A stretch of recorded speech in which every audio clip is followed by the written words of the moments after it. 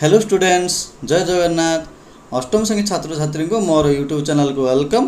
पिलामाने जदि तुम प्रथम मो चैनल को आसीच तेज भिडियो भल लगे लाइक कमेंट शेयर कर सहित गोटे छोट सब्सक्राइब करदेव जहाँकि तुम मानी एमती अनेक भिडियो नहीं आसबि जमी गणित इंग्लीश विज्ञान सामाजिक साहित्य अर्थात सबू क्षेत्र भिडियो तुम सरल भाषा बुझेकी नहीं आसबि।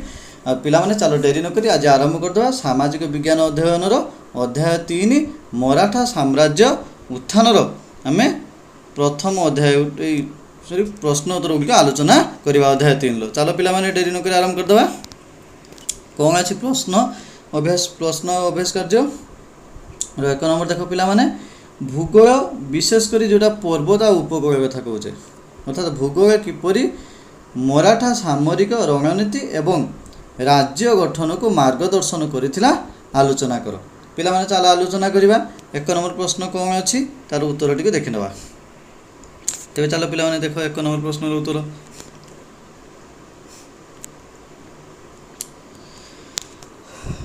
मराठा माने भारतर पश्चिम उपकूल निकटरे थिबा पश्चिम घाट पर्वतमाला बसवास करुथिले। पर्वत गुड़िक सेमानकु शक्तिशाली दुर्ग निर्माण करिया पई साहाय्य करथिला जहाँ सेमानकु सुरक्षा प्रदान मध्य करिथिला एवं अतर्कित आक्रमण करिया पई गुप्त रास्ता मध्य निर्माण करिया साहाय्य करथिला। तने गुप्त रास्ता मध्य निर्माण करि पारथिले। उपकूल सेमानकु एक सैन्य एक नौबाहिनी सृष्टि करिया साहाय्य करथिला। जेहेतु उपकूल वास करथिले पश्चिम उपकूल तेणु से गोटे नौबाहिनी गठन में साहाय्य करथिला।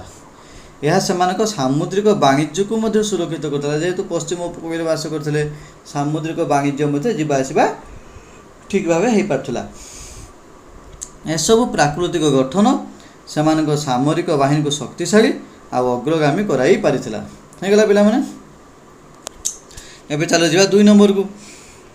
मन कर जे तुमे छोट पिलामानंक पई जने मराठा नेतांकर एक संक्षिप्त जीवनी प्रस्तुत करुच यथा कान्होजी आंग्रे बाजीराव प्रथम महाजी सिंधे अहिल्याबाई होलकार किंबा ताराबाई को मध्य जने को बाछ एवं कौन से प्रेरणादायी करिपारिछि ताहा पर आलोकपात करी 3 ରୁ 4टी अनुच्छेदर लेख आ सेमाने सम्मुखीन होता विभिन्न आह्वान गुड़िक मध्य गोटे विषय आलोचना कर। तेज चलो पिला माने डेरी नक आरंभ करदे उत्तरटी।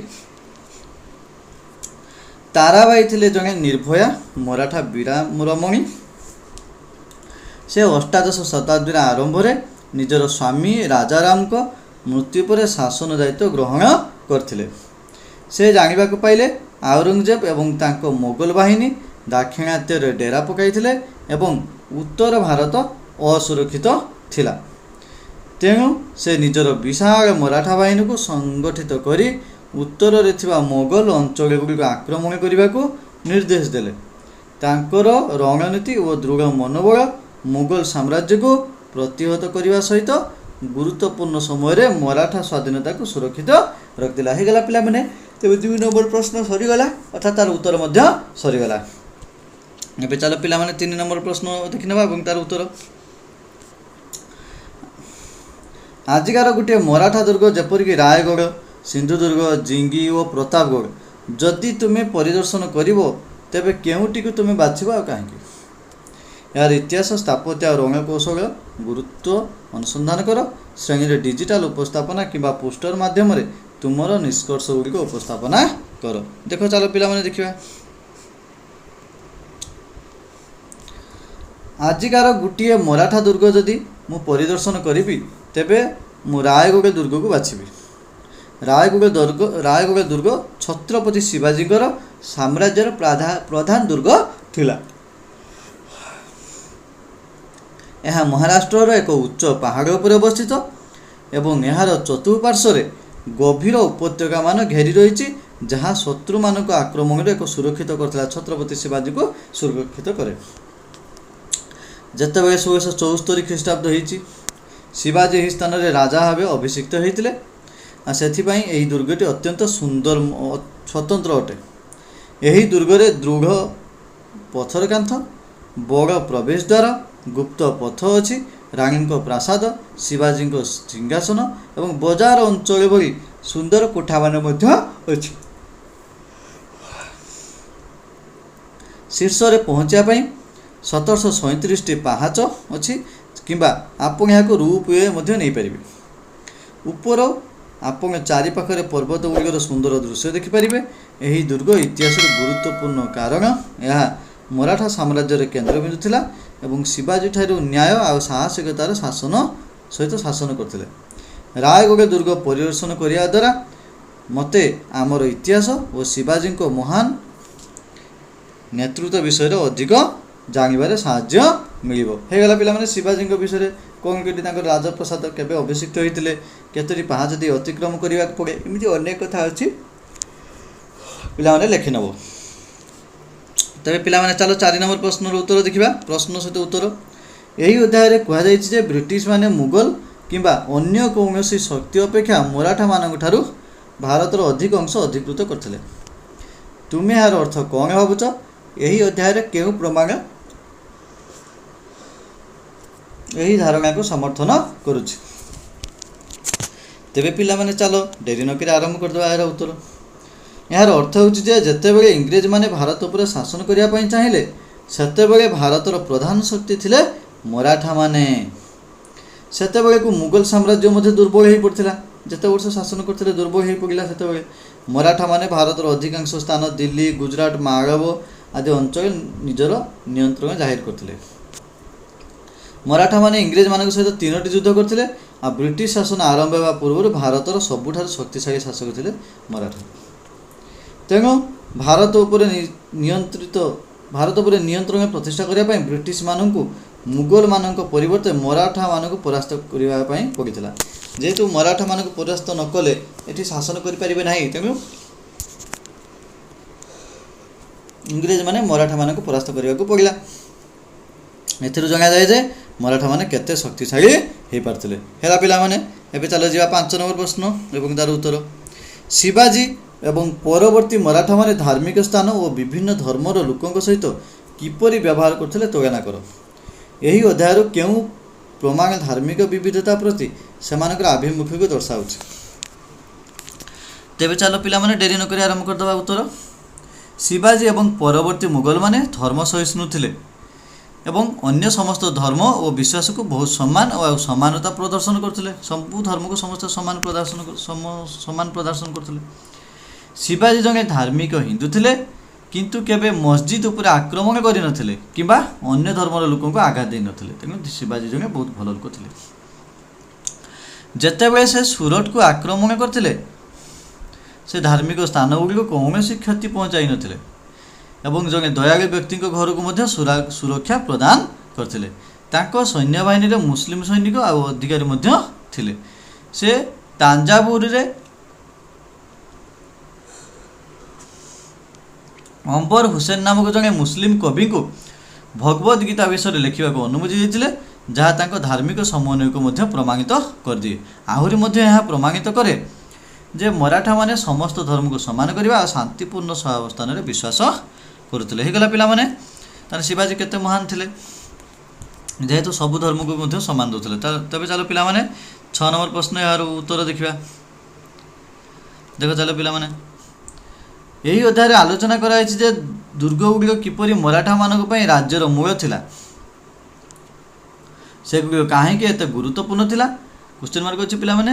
ସେହି ଦୁର୍ଗଗୁଡ଼ିକ କିପରି ମରାଠାମାନଙ୍କୁ ବଡ଼ ବଡ଼ ଶତ୍ରୁମାନଙ୍କ କବଳରୁ ରକ୍ଷା କରିବାରେ ସାହାଯ୍ୟ କରିଥିଲା। ତେବେ ଚାଲ ପିଲାମାନେ ଡେରି କରି ଦେଖିନେବା ଉତ୍ତର।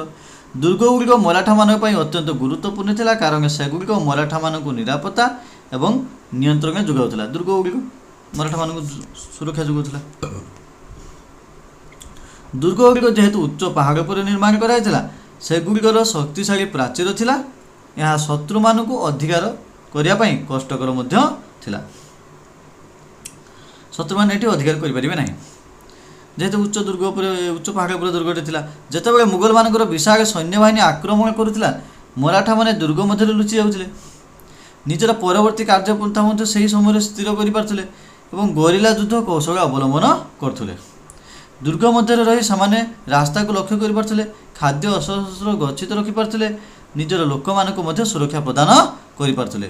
ସେଥିପାଇଁ ଦୁର୍ଗଗୁଡ଼ିକ ରାଜ୍ୟର ମୂଳ ବୋଲି କୁହାଯାଏ। ଦୁର୍ଗଗୁଡ଼ିକ ମରାଠାମାନଙ୍କୁ ଶକ୍ତିଶାଳୀ କରିପାରିଥିଲା। ଶକ୍ତିଶାଳୀ ତଥା ବିଶାଳ ଶତ୍ରୁ ସୈନ୍ୟବାହିନୀଙ୍କ ବିରୁଦ୍ଧରେ ମଧ୍ୟ ଯୁଦ୍ଧ କରିବା ପାଇଁ ସକ୍ଷମ କରିପାରିଥିଲା। ସେବେ ହେଇଗଲା ପିଲାମାନେ କେମିତି ଶତ୍ରୁଙ୍କ ଠାରୁ ଲୁଚି ଯାଉଥିଲେ ମାନେ ରକ୍ଷା ପାଇଯାଉଥିଲେ ସେହି କଥା ବର୍ଣ୍ଣନା କରାଯାଇଛି। ଆଉ ଖାଦ୍ୟ ସଂଗ୍ରହ ତା ସହିତ ଅସ୍ତ୍ରଶସ୍ତ୍ର କିପରି ସୁରକ୍ଷିତ ରହିବ ସେମାନେ ମଧ୍ୟ ସୁରକ୍ଷିତ ରହିବେ ଆଉ ଯୋଜନା ବିଷୟରେ ମଧ୍ୟ ଉପାୟ ପାଞ୍ଚି ପାରୁଥିଲେ। ହେଇଗଲା ପିଲାମାନେ।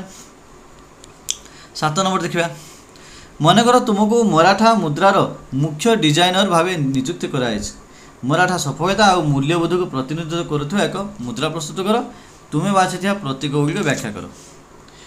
ଦେଖ ପିଲାମାନେ କେମିତି ହେବ। ମରାଠା ମୁଦ୍ରାର ମୁଖ୍ୟ ଡିଜାଇନର ଭାବେ ମୁଁ ସେମାନଙ୍କ ସଫଳତା ଆଉ ମୂଲ୍ୟବୋଧକୁ ପ୍ରତିନିଧିତ୍ୱ କରିବା ପାଇଁ ନିମ୍ନଲିଖିତ ପ୍ରତୀକ ଗୁଡ଼ିକ ସହିତ ଏକ ମୁଦ୍ରା ତିଆରି କରିବି। 1 ନମ୍ବର ଦେଖିବା। କେନ୍ଦ୍ରସ୍ଥଳରେ ଶିବାଜୀଙ୍କ ସଂସ୍କୃତ ମୋହର ରହିବ ଯାହା ସାର୍ବଭୌମ ଆଉ ସାଂସ୍କୃତିକ ଗର୍ବର ପ୍ରତୀକ। ମରାଠା ଶକ୍ତିରେ ଦୁର୍ଗର ରଣନୈତିକ ଗୁରୁତ୍ୱକୁ ଦର୍ଶାଇବା ପାଇଁ ରାୟଗଡ଼ ଦୁର୍ଗର ଏକ ଛୋଟ ପ୍ରତିଛବି ରହିବ। କେଶର ରଙ୍ଗର ପତାକା ଯାହା ମରାଠା ପତାକା ଆଉ ସାହସ ଆଉ ଏକତାର ପ୍ରତିନିଧିତ୍ୱ କରେ। ବାଘ ନଖ ବା ବାଘ ପଞ୍ଝା ଅସ୍ତ୍ର ରହିବ ଯାହା ଶିବାଜୀଙ୍କର ଚତୁର ରଣନୀତି ପ୍ରଦର୍ଶନ କରିବ। ମରାଠାମାନଙ୍କ ସାମୁଦ୍ରିକ ଶକ୍ତି ଆଉ ପ୍ରତିରୋଧକୁ ସମ୍ମାନ ଜଣାଇବା ପାଇଁ ଏକ ନୌସେନା ଜାହାଜର ମଧ୍ୟ ପ୍ରତିଛବି ରହିବ। ହେଲା ଯେତିକି 5ଟି ପଏଣ୍ଟ ଅଛି ଏଇ 5ଟି ପଏଣ୍ଟକୁ ମୁଁ ତିଆରି କରିବାକୁ ଚେଷ୍ଟା କରିବି। ହେଇଗଲା ପିଲାମାନେ। 8 ନମ୍ବର ପ୍ରଶ୍ନ ଆଉ ତାର ଉତ୍ତର ଦେଖିବା। ପ୍ରଶ୍ନ ଦେଖିବା ପ୍ରଥମେ। ମରାଠା ଯୁଗର ଏହି ପରିଚୟ ପରେ ତୁମେ କ'ଣ ଭାବୁଛ ଯେ ଭାରତ ଇତିହାସରେ ସେମାନଙ୍କର ସବୁଠାରୁ ଗୁରୁତ୍ୱପୂର୍ଣ୍ଣ ଅବଦାନ କ'ଣ ଥିଲା? ଅଧ୍ୟାୟରୁ ଉଦାହରଣ ସହିତ ତୁମର ମତାମତକୁ ସମର୍ଥନ କର। ଏକ ଅନୁଚ୍ଛେଦ ଲେଖ। ଏହାପରେ ସହପାଠୀମାନଙ୍କ ସହିତ ତୁମର ଧାରଣା ଗୁଡ଼ିକର ଅଂଶୀଦାର କରି ଆଲୋଚନା କର। ତେବେ ଚାଲ ପିଲାମାନେ ଦେଖିବା ଏହାର ସଠିକ ଉତ୍ତର କ'ଣ ନା। ମୁଁ ଭାବୁଛି ଯେ ଭାରତ ଇତିହାସରେ ମରାଠାମାନଙ୍କର ସବୁଠାରୁ ଗୁରୁତ୍ୱପୂର୍ଣ୍ଣ ଅବଦାନ ଥିଲା ଯେ ମୁଗଲ ଏବଂ ବ୍ରିଟିଶ ଭଳି ବିଦେଶୀ ଶକ୍ତିମାନେ ଭାରତକୁ ଶାସନ କରିବା ପାଇଁ ଚାହୁଁଥିଲା ବେଳେ ସେମାନେ ଭାରତୀୟ ସଂସ୍କୃତି ଓ ସ୍ୱାଧୀନତାକୁ ସୁରକ୍ଷା ଦେଇପାରିଥିଲେ। ଶିବାଜୀ ଏକ ବିଶାଳ ସାମ୍ରାଜ୍ୟ ପ୍ରତିଷ୍ଠା କରିଥିଲେ, ସବୁ ଧର୍ମକୁ ସମ୍ମାନ ଦେଉଥିଲେ ଏବଂ ସ୍ୱରାଜ୍ୟର ଧାରଣା ଆରମ୍ଭ କରିଥିଲେ। ଏପରିକି ମରାଠା ସୈନ୍ୟବାହିନୀ ଶିବାଜୀଙ୍କ ମୃତ୍ୟୁ ପରେ ମଧ୍ୟ ସାହସର ସହିତ ଯୁଦ୍ଧ କରି ମୁଗଲମାନଙ୍କୁ ଭାରତ ଉପରେ ସମ୍ପୂର୍ଣ୍ଣ ନିୟନ୍ତ୍ରଣକୁ ବନ୍ଦ କରିଦେଇଥିଲେ। ତାରାବାଈ ଅହଲ୍ୟାବାଈଙ୍କ ଭଳି ମହିଳା ନେତ୍ରୀମାନେ ମଧ୍ୟ ଯୁଦ୍ଧ ଆଉ ଶାନ୍ତି ସମୟରେ ଅନେକ ମହାନ କାର୍ଯ୍ୟ କରିଥିଲେ। ମରାଠାମାନେ ଭାରତରେ ଏକ ବିଶାଳ ଅଞ୍ଚଳ ଉପରେ ଶାସନ କରିଥିଲେ ଏବଂ ଭାରତୀୟ ପରମ୍ପରାକୁ ଉଜ୍ଜୀବିତ ରଖିପାରିଥିଲେ। ସେଥିପାଇଁ ସେମାନଙ୍କର ଅବଦାନ ଅତ୍ୟନ୍ତ ଗୁରୁତ୍ୱପୂର୍ଣ୍ଣ ଥିଲା। କାହାର ପିଲାମାନେ ନା ମରାଠାମାନଙ୍କର ସବୁଠାରୁ ଗୁରୁତ୍ୱପୂର୍ଣ୍ଣ ଅବଦାନ ଥିଲା। ହେଲା ପିଲାମାନେ ବିଦେଶୀ ଶକ୍ତିମାନଙ୍କୁ ସଂକୁଚିତ କରିପାରିଥିଲେ ଅର୍ଥାତ୍ ଭାରତୀୟ ସଂସ୍କୃତି ଆଉ ସ୍ୱାଧୀନତାକୁ ମଧ୍ୟ ଉଜ୍ଜୀବିତ କରିପାରିଥିଲେ। ହେଇଗଲା ପିଲାମାନେ। ଭିଡ଼ିଓଟି ଯଦି ଭଲ ଲାଗିଥିବ ତେବେ ଲାଇକ୍ କମେଣ୍ଟ ସେୟାର କରିବ, ତା ସହିତ ଗୋଟେ ଛୋଟ ସବସ୍କ୍ରାଇବ୍ କରିଦେବ ଯେଉଁଥିପାଇଁ କି ମୁଁ ତୁମମାନଙ୍କ ପାଇଁ ବହୁତ ହି ଭଲସେ ଭିଡ଼ିଓ ଗୁଡ଼ିକ ନେଇ ଆସିବି। ଆଉ ମୋତେ କମେଣ୍ଟ କରିବ କେଉଁ ଭିଡ଼ିଓ ତୁମର ଦରକାର, କେଉଁ ବିଷୟରେ ତୁମର ଆବଶ୍ୟକ, ମୋତେ ଜଲ୍ଦି କମେଣ୍ଟ ଟିକେ କରିବ। ମୁଁ ତୁମମାନଙ୍କ ପାଇଁ ଜଲ୍ଦି ଭିଡ଼ିଓଟି ନେଇ ଆସିବି।